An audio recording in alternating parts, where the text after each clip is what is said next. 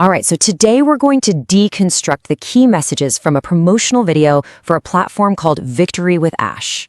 We're going to break down its core ideas, the main metaphors they use, and the kind of mindset they're trying to build. Let's dive in.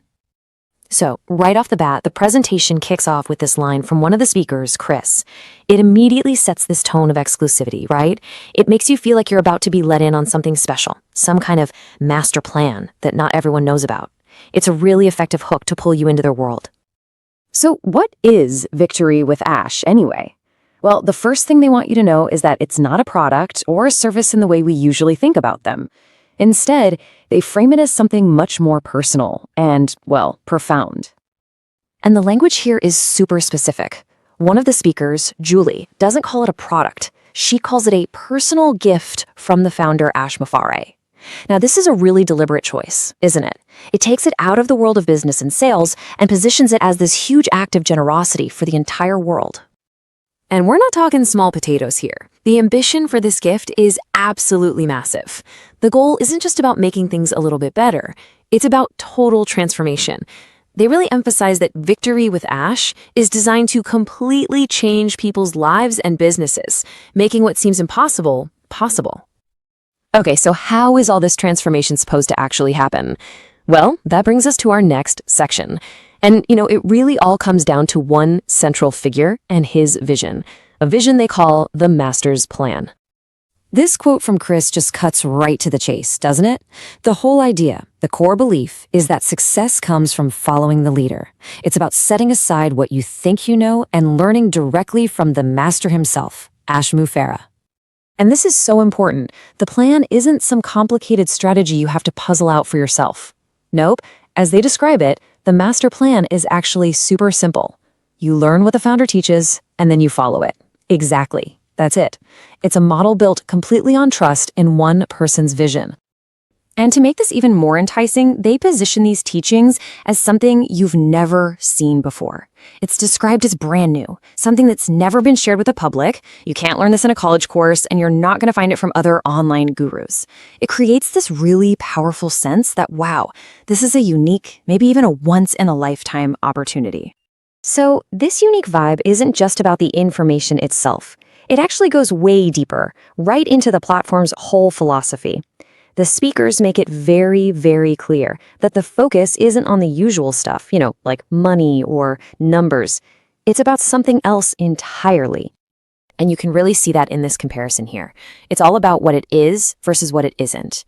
So on one side, you've got a gift, collective success, community. And on the other side, it's not about money, it's not about numbers, it's not a multi-level structure. This is really how they draw a line in the sand to define themselves against more traditional business models. And Julie really hammers this point home. The ultimate goal, as she explains it, is to build a community where values come first. Before profits, before all the metrics, it's all about creating a group of people who are on the same page, with the same shared beliefs. Okay, so you're probably wondering, how do you even join this community? Well, they have this really vivid and central analogy that they use for the whole process: boarding the jumbo jet. The idea is pretty simple, but it's really effective. The entire process, from getting an invitation to actually becoming a member, is compared to getting ready for and boarding a massive airplane that's headed to a brand new destination. It makes the kind of abstract idea of joining an online platform feel much more real and concrete. And just like getting on a plane, there are specific steps you have to follow. Think of it like a pre-flight checklist. First, you need an invitation. Then you're expected to watch a webinar. And get this, not just once, but multiple times. After that, you've got to be prepared. Have your metaphorical ticket and ID ready. And finally, you wait until your group is called to board. It's all very structured, very step-by-step. And to give you a sense of the scale we're talking about, the speakers mentioned that over 600,000 applicants have already been reviewed. That's a huge number, right? It definitely suggests there's a ton of interest, and it implies that, hey, this is a selective process. Not everyone is getting on this flight right away. And then one of the speakers, Susie, poses this really direct question. She asks, are you someone who is engaged, or are you dragging people around? And that's a direct challenge to anyone interested. It's making it super clear that you're expected to be proactive and a self-starter. This is not a place for people who need to be dragged around. It's a pretty powerful filter for the kind of person they're looking for. All right, so that brings us to our final section, and this is where it all kind of comes together.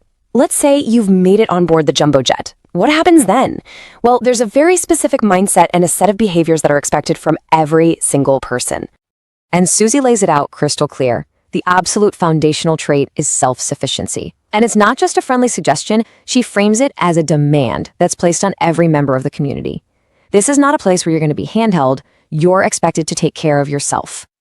So really, it all boils down to these 3 core principles. Number 1, be self-sufficient. Number 2, have no sense of entitlement.